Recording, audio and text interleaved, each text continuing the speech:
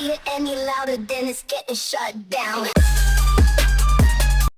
My name is Waffles, and I'm a government whistleblower turned political commentator, and this is the last 24 hours in the news. Today is October 17th, 2025. It is 5:52 p.m. Mountain Standard Time. Here are the top news highlights for the past 24 hours. Judge rules that the administration has breached a court order by tying FEMA relief to immigration cooperation. A federal judge found the government again conditioned FEMA disaster relief on immigration enforcement and ruled this violated a prior order, ordering the practice to stop a direct legal check that preserves states' access to federal disaster funds for now. Harris County is suing.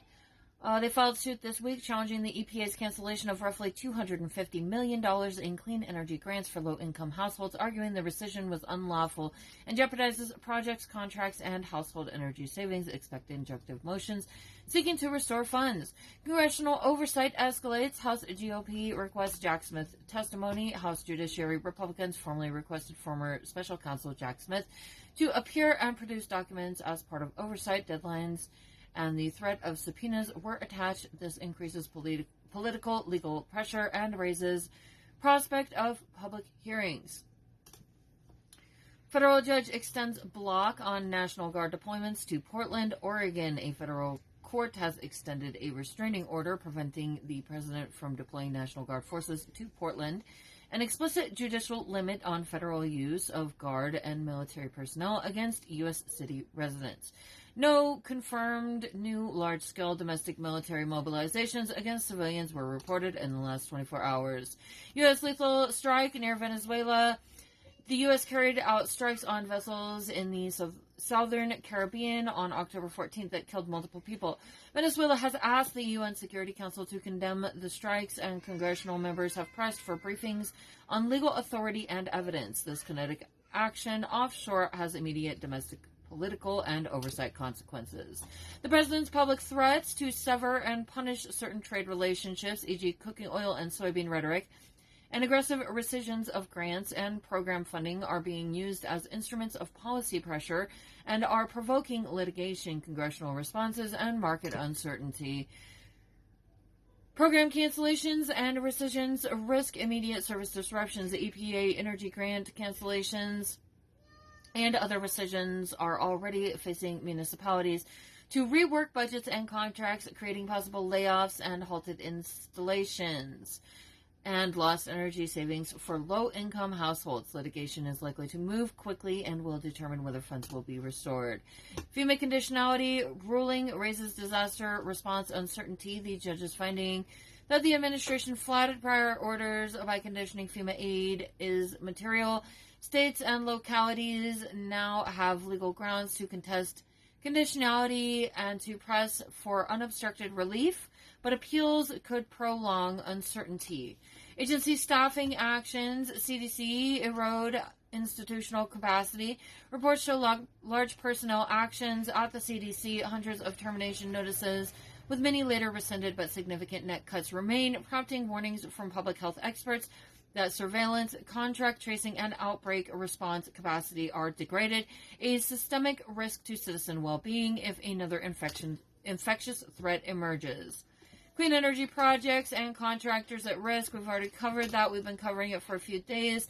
Trade and shipping friction raise supply chain and commodity risks. China's recent sanctions and curbs on U.S.-linked affiliates of Hanwha and reciprocal port fee measures, combined with U.S. trade threats, are increasing freight costs and commodity volatility. Soybeans and cooking oil a near-term risk for agricultural exporters and consumer prices. A lot of the same stuff we've been reporting on all week.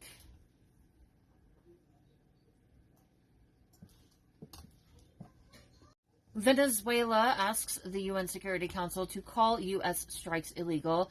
Venezuela formally asked the UN Security Council to declare recent U.S. military strikes on vessels off its coast illegal, calling for a statement affirming its sovereignty.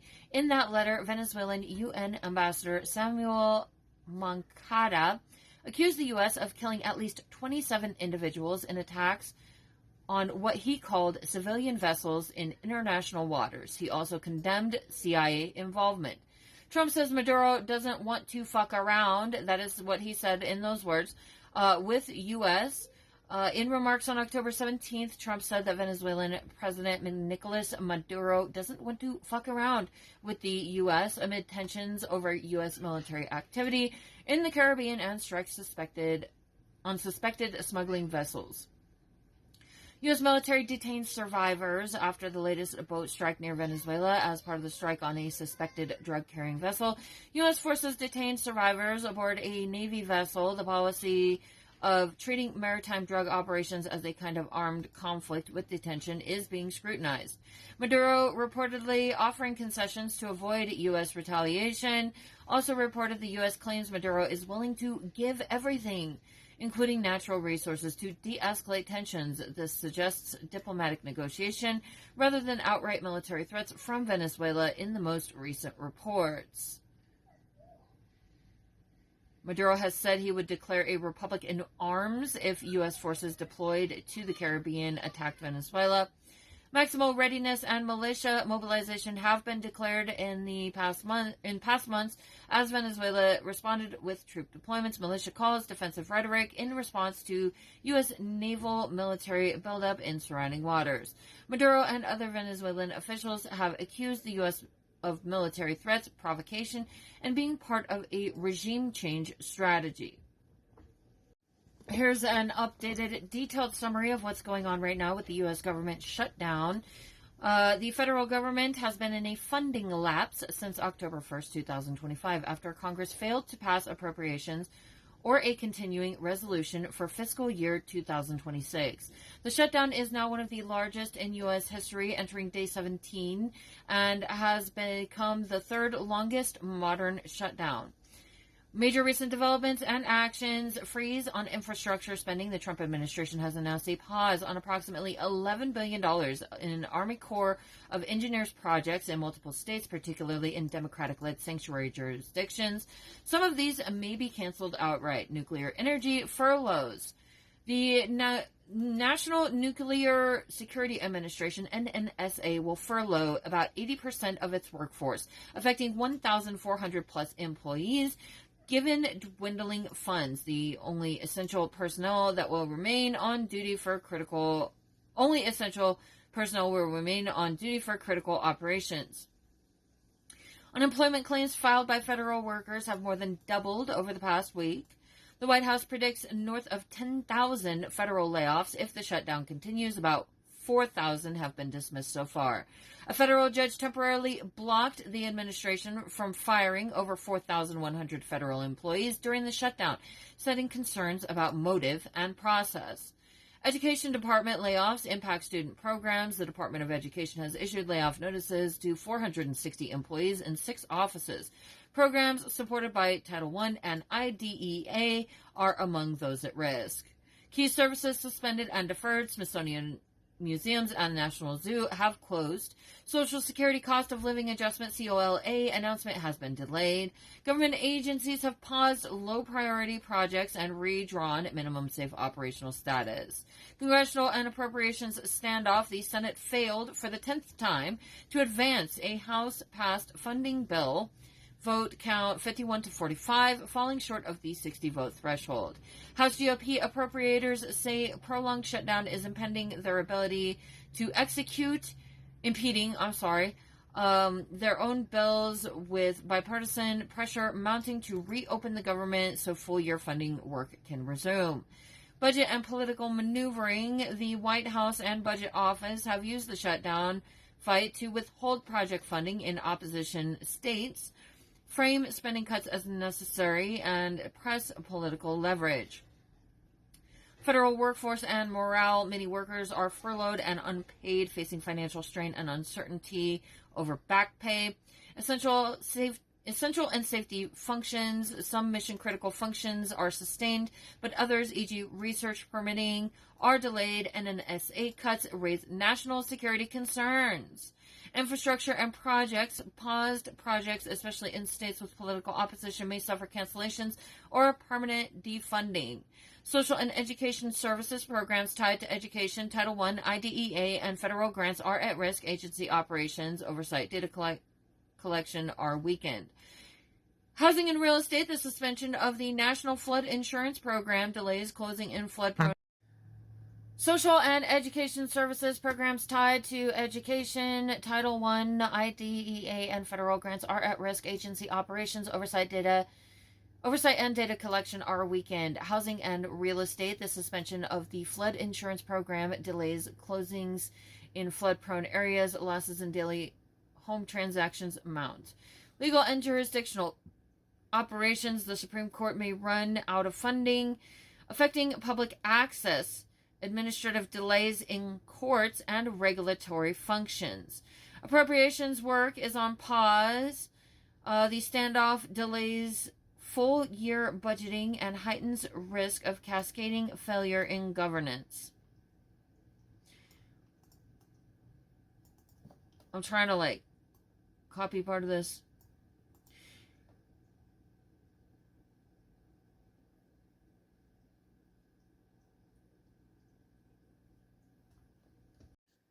The root cause of the shutdown is that Congress failed to pass the appropriations bills or a continuing resolution to fund federal operations beyond September 30th, 2025. Funding for many agencies has lapsed, triggering the shutdown with no agreement on how to allocate federal spending, including disputes over health subsidies, Medicaid, infrastructure, and discretionary programs. That means whatever the hell weird shit Donald Trump is wanting to do. Congress and the White House remain deadlocked. Democrats have insisted that any funding package must include Extended Affordable Care Act, ACA subsidies, and health care protections. Republicans have pushed for stricter budget caps, spending cuts, and rescissions, and have resisted adding new health subsidies as a condition of reopening the government. The White House has used the shutdown to freeze infrastructure and federal projects in states that oppose its policy positions, leveraging the lapse to exert political pressure. Legal constraints, Anti-Deficiency Act. Under the Anti-Deficiency Act, federal agencies cannot legally obligate or spend money once appropriations expire unless Congress passes new funding or a temporary authority. This means non-essential services must shut down until funding is restored. Execution of layoffs and resource pauses. The White House has instructed agencies to issue reduction in force RAF notices in some areas and has moved to freeze billions in infrastructure projects. These measures increase pressure on legislators and raise stakes for affected workers in states. Have we gotten any updates on what Trump is doing with all of the money that he is getting from these tariffs he's introduced? The U.S. government, Customs and Border Protection, DHS, reports that since Trump took office, $106.1 billion in customs and certain excise taxes have been collected. Of that, $81.5 billion is estimated to be from new tariffs under the Trump administration. This is money, extra taxes that we're having to pay. The tariffs are a tax. They are a tax on the American people. So they have collected $85.1 under the Trump administration in regards to DHS. Earlier reports, but the total collected under Trump, tariffs plus customs duties at over $100 billion. In 2025 alone, tariff revenue is surging compared with past years. For instance, May 2025 revenue from tariffs, customs duties was $68.23 billion through that point. Analysts project that if current tariff policies remain in place, they could raise an additional $1.3 trillion over the remainder of Trump's term. Net new tariff revenue beyond baseline levels. Some long-term estimates suggest Trump's new tariffs, if maintained, could generate $2.1 trillion in revenue over the next decade, conventional basis, or a somewhat lower figure accounting for economic charges. Now, this is causing damage to the American people and the American economy, and it is essentially theft from the American people. It is a forced tax. It is a tax. We're being taxed much, much more than we were before Trump was in office through these tariffs. So this is a significant amount of money that they're collecting. And so I am having a very difficult time understanding why our government is saying that it is having difficulty funding anything.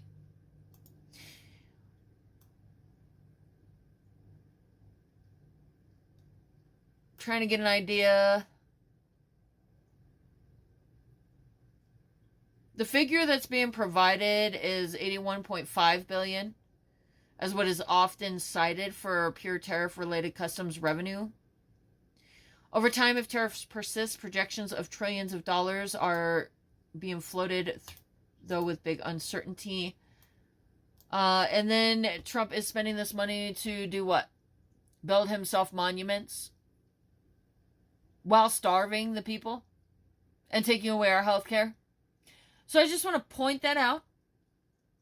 As far as the shutdown goes, there is no definitive end date at present. It depends on political negotiation. However, based on reporting and historic precedent, the shutdown could end when Congress agrees on a continuing resolution or a full appropriations package.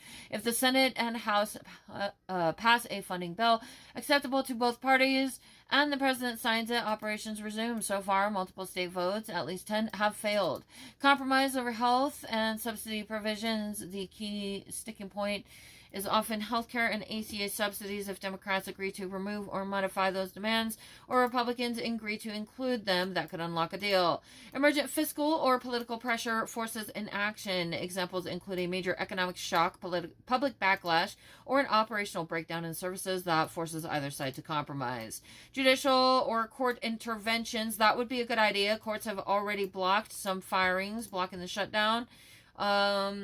Judicial rulings or injunctions might force partial reopenings or constrain extreme executive actions. Short-term temporary measures. Congress might pass a short-term stopgap to resume operations while negotiating the full-year budget. So, as a lot of us have seen, the Democratic members of the Congress have been at the Congress this entire time, repeatedly asking the question, where are Republicans?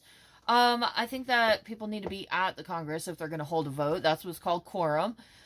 So if Republicans are going to be on vacation, that does not help. What powers does Congress have over its own members? Discipline, censure, reprimand, or expulsion. The Constitution, Article 1, Section 5, gives each chamber, House and Senate, the authority to punish its members for disorderly behavior, and with a 2/3 vote to expel a member. In practice, less severe actions like censure or reprimand can be imposed by a simple majority in the respective chamber. These disciplinary actions about reputation and standing, not about compelling attendance or work performance. They don't carry the power to force a member to show up at a certain time or resume service. Congress could accuse absent members of dereliction of duty and adopt a resolution to censure or reprimand them. But that doesn't equal a binding return to work order. Can Congress issue a return to work order? No, not in the sense of compelling attendance by force, as an employer might. Here's why. Separations of power and legislative immunity. Members of Congress are not employees. They are constitutional officers. The rules under which they operate are internal to the House or Senate. No authority to criminalize absence, except in rare cases. Congress cannot generally punish members monetarily or criminally for not showing up. That would implicate separation of powers and constitutional protections. Expulsion/censure is political, not enforcement. The disciplinary powers exist, but they are political consequences, not a mechanism to compel performance from day-to-day duties. Judicial non-interference. Courts typically consider internal congressional discipline as a political question, i.e. not subject to judicial review. So external courts won't order members to attend. Under what conditions have members been disciplined in the past? Historically, expulsions have been rare and reserved for severe misconduct, treason, bribery, and disloyalty. Censure or reprimand has been more often for behavior considered prejudicial to the dignity of the House or a violation of internal rules. A chamber's internal ethics committee often investigates and recommends discipline. Political and practical constraints. Discipline requires majority support or 2/3 for expulsion, which may be difficult if party loyalty or political strategy is strong. Absent members may argue that their absence is justified. E.g., protest, emergency, negotiation. Enforcement is symbolic. A censure does not prevent them from voting, speaking, or serving. Expulsion is the extreme measure. Public pressure, media attention, and internal party mechanisms. Caucus rules. Committee assignments are more effective tools than formal punishment. Yes, Congress can reprimand, censure, or even expel members for misconduct.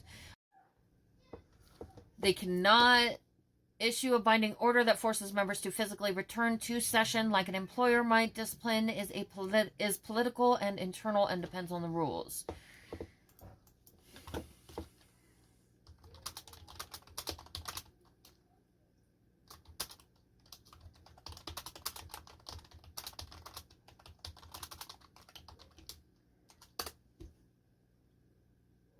Members of Congress being absent for long periods of time can become a serious problem, both constitutionally and functionally.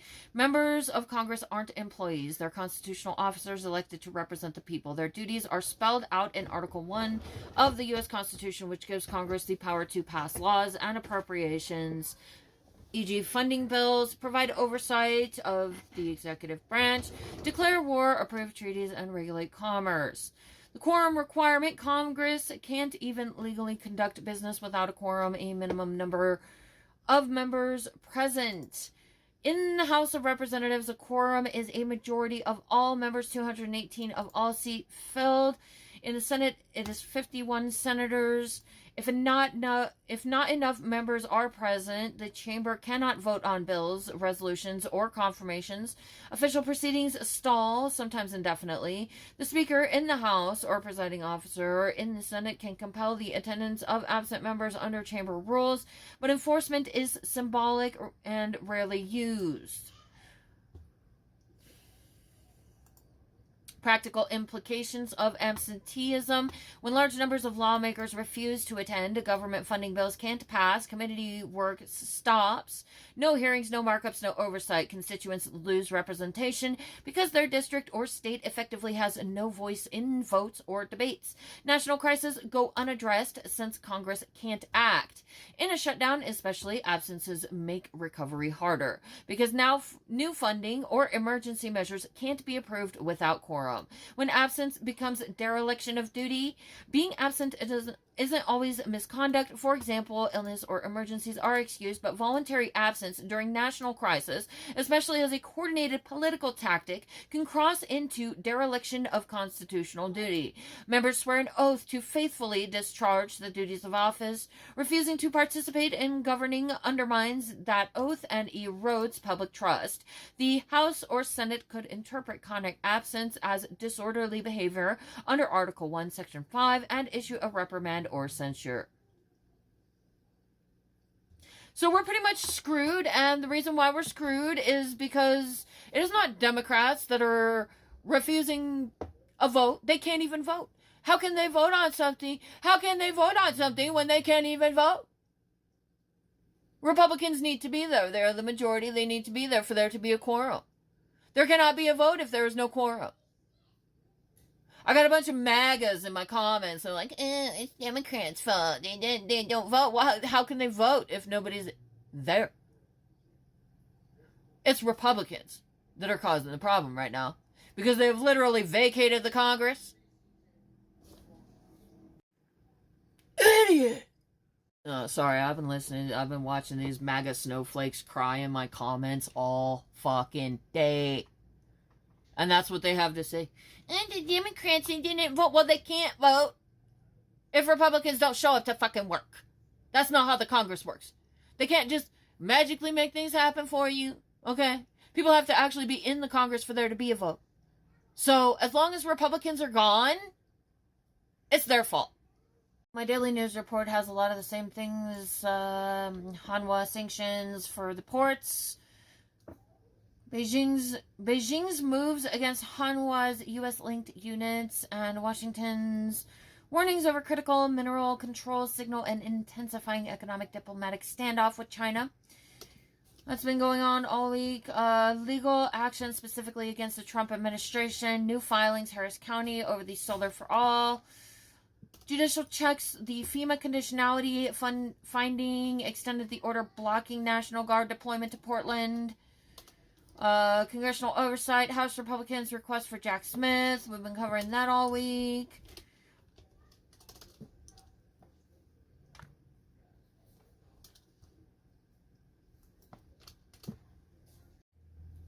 Today, the 17th, Trump administration was asking the Supreme Court to allow National Guard deployment to Illinois. So he's trying to dispute and trying to force this to happen.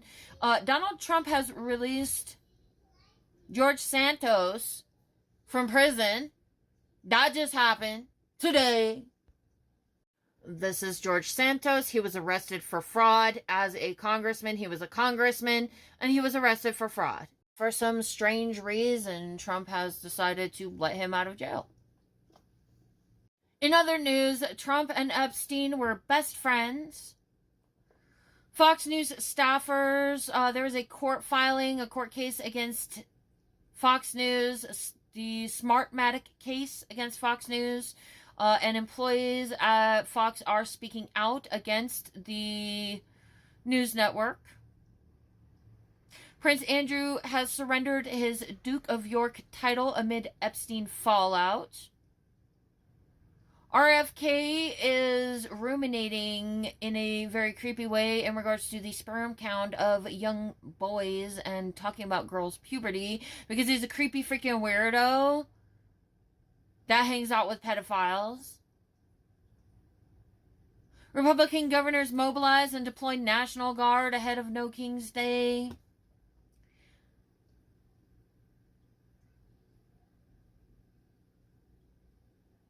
The Trump administration is claiming that there's insufficient funds, even though they literally just stole billions of dollars from the American people using illegal tariffs. Hackers have doxxed hundreds of Trump's masked ICE agents. Hundreds of Department of Homeland Security and Justice employees have been doxxed, according to 404 Media.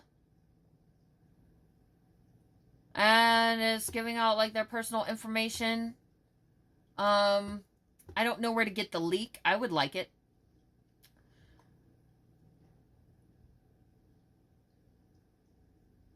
Besant is reverting his hedge fund ways with Argentina. That's a Bloomberg article.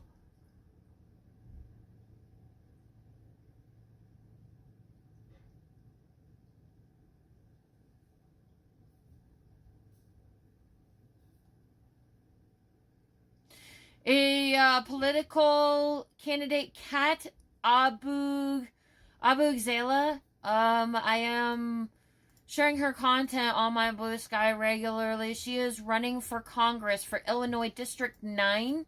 Was hit in the face with a baton earlier today.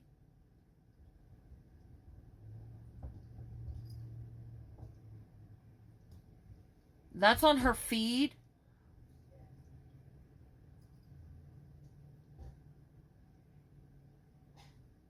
These are people wearing brown shirts. And they got numbers on helmets. I don't know if these are ICE or PD. But yeah, she got smacked in the face with a baton. What I'm seeing in the standoff is that they were just standing there protesting and they were charged and brutalized by the forces.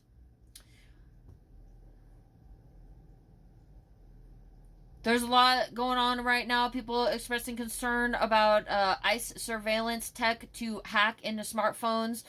From what I've seen, there's like vehicle technology that they have to be in range to get into your device.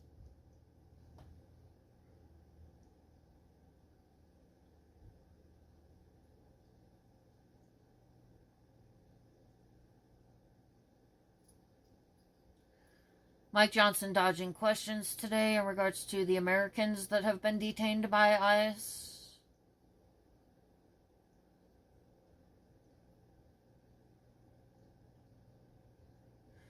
And that's what I've got for right now. Donald Trump is supposed to be meeting with Putin soon. We're going to get back to our regular reporting. The S&P 500 closed at 6,664.01, up 0.5%. Dow Jones Industrial Average closed at 46,190.61, up 0.5%. Nasdaq Composite ended at 22,679.82, 0.97, reversing earlier weakness to finish up 0.5%. Markets rallied somewhat. Today, the stock market closed with the S&P 500 at 6,664.01, up 0.5% on the day. Dow Jones Industrial Average closed at 46,190.61, also up 0.5%. Nasdaq Composite ended at 22,679.97, reversing earlier weaknesses to finish up 0.5%. For those of you who are visual, this is the S&P 500. This is the Dow Jones. And this is Invesco QQQ. And in economic news, banking stress dominated headlines. Regional lenders Zions and Western Alliance triggered renewed concern over credit losses and compliance, which had earlier rattled markets. By the close, some financials rebounded, alleviating part of the pressure. Trade tensions remain central. Trump's commentary that proposed 100% tariffs on China would not be permanent helped calm market nerves. The commitment to meet President Xi contributed to the more positive close. So apparently Donald Trump had made some comments earlier, and the idiots in the stock market are rallying around it. Gold and safe haven shift back. Earlier in the day, gold and treasuries surged on safe haven demand, and as equity markets recovered, some of that rotation reversed. Volatility eased. The VIX fear index had spiked earlier but eased by market close, reflecting reduced panic from this morning's turbulence. Trump says 100% tariffs on China not sustainable, signals meeting with Xi Jinping. October 17th, that's today, the president acknowledged that imposing full tariffs on Chinese goods would be unsustainable, but defended the proposal as a response to China's export controls on rare earths. He confirmed plans to meet Xi Jinping in South Korea soon, which helped calm markets. The International Monetary Fund, IMF, expresses concern over U.S.-China trade tensions threatening global growth. At the IMF World Bank meetings, the IMF's steering committee flagged escalating trade conflicts, especially around rare earths, as a major risk to global economic expansion and urged de-escalation. Study claims Trump's immigration policies could shrink the U.S. workforce by 15 million by 2035. An analysis shared with Axios projects that tighter immigration rules and enforcement could reduce the workforce and shave 0.5% off annual GDP through 2035, with concentrated impacts in sectors like agriculture and health. U.S. Treasury buys Argentine pesos, currency dips. Secretary Bessent confirmed that the U.S. Treasury purchased Argentine pesos in spot markets and swap markets, signaling continued financial engagement amid Argentina's fiscal instability. The peso declined afterwards. Bank stocks bounce after credit loss fears following disclosures of potential credit losses by regional banks like Zions and Western Alliance. U.S. bank stocks recovered part of their earlier declines. The rebound calmed some financial market jitters. Fed's Musalem leans towards supporting an October rate cut. The president of the St. Louis Fed signaled he would back a rate cut at the October meeting, but cautioned against overly aggressive easing given lingering inflation risks. And remember, kids, the stock market is not the economy. Just because the S&P 500 or Dow Jones might be performing does not mean that wages are growing, jobs are secure, inflation is under control, or that people are thriving. And here is the hazardous weather outlook for the next few days. For the United States, the Weather Prediction Center's 3 to 7 days hazards outlook notes excessive rainfall risk in parts of central U.S., particularly the Mississippi Valley during the coming period. A storm system is forecast to move across the central U.S. Friday into Saturday, bringing widespread showers and thunderstorms with slight risk of severe weather, damaging winds, hail, flooding from the Ozarks into the mid-Mississippi Valley. Regional hazard outlooks: Southwest and Four Corners, Arizona, New Mexico, etc. Moisture influx and thunderstorms are expected, particularly in Maricopa County, Arizona. Afternoon storms with localized heavy rainfall and runoff are possible through the evening before drier conditions could settle in. Rockies and Intermountain West, Colorado, Utah, etc. The hazardous weather outlook for Colorado-Utah region indicates a surge of moisture remnants tied to Tropical Depression Raymond moving north across the region. Expect higher precipitation chances along the southern San Juan areas with increased flash flood and runoff potential in rugged terrain. Plains in central U.S. The central U.S. is under threat of scattered severe thunderstorms with risks of damaging winds, hail, and flash flooding, particularly Friday through Saturday in the Ozarks and Mississippi Valley corridor. SPC outlooks show marginal risk of severe storms over parts of the southern Rockies and central High Plains in day 3, i.e. within the 3-day window. West Coast and California coastal systems will bring increasing showers and storm chances into Tuesday and Wednesday for Southern California, mountainous and coastal regions. Riverside, LA Basin may see heavier rainfall. East and Southeast, while not currently under a specific severe weather watch, the eastern U.S. faces widespread showers and occasional thunderstorms associated with the central storm system. Coastal flooding or high surf may accompany storms along the Atlantic seaboard under the progressing low pressure. And here are the top international news highlights for the past 24 hours. World Trade Organization, WTO, chief urges U.S. and China to de-escalate trade war. I don't know if I'm going to say this right. His name, it's Ngozi. Ngozi? Okonjo? Ngozi Okonjo-Iweala warned that continued tensions could cut global GDP by up to 7% over time and stressed that multilateral cooperation is essential to sustaining trade and development. There's a feral cat wandering around outside. I'm wondering where it is right now. I think I just heard it. Somebody dumped kittens outside. I think the neighbor got them. We're about to team up and try to catch them. Alright. China accuses U.S. of trade discrimination. Calls for WTO compliance. It's about time people start reaching out to the WTO. China's mission to the WTO accused the U.S. of undermining multilateral rules via tariffs, sanctions, and unilateral actions, and announced plans to publish a compliance assessment across 11 trade areas. Besant urges IMF, International Monetary Fund, World Bank, to be tougher on China's state policies. U.S. Treasury Secretary Scott Bessent called for enhanced scrutiny of China's industrial policy and global institutions and suggested redirecting World Bank support toward poorer nations less aligned with China. IMO delays shipping carbon pricing after U.S. pressure. The International Maritime Organization voted to postpone adoption of a global carbon price for shipping by 1 year, following opposition led by the U.S. and Saudi Arabia. Imagine that. Venezuela asks UN Security Council to condemn U.S. strikes. Venezuela formally requested that the UN Security Council declare recent U.S. naval strikes illegal and affirm Venezuelan sovereignty, alleging dozens of deaths. Cumulative count: U.S. conducted 6 vessel strikes near Venezuela.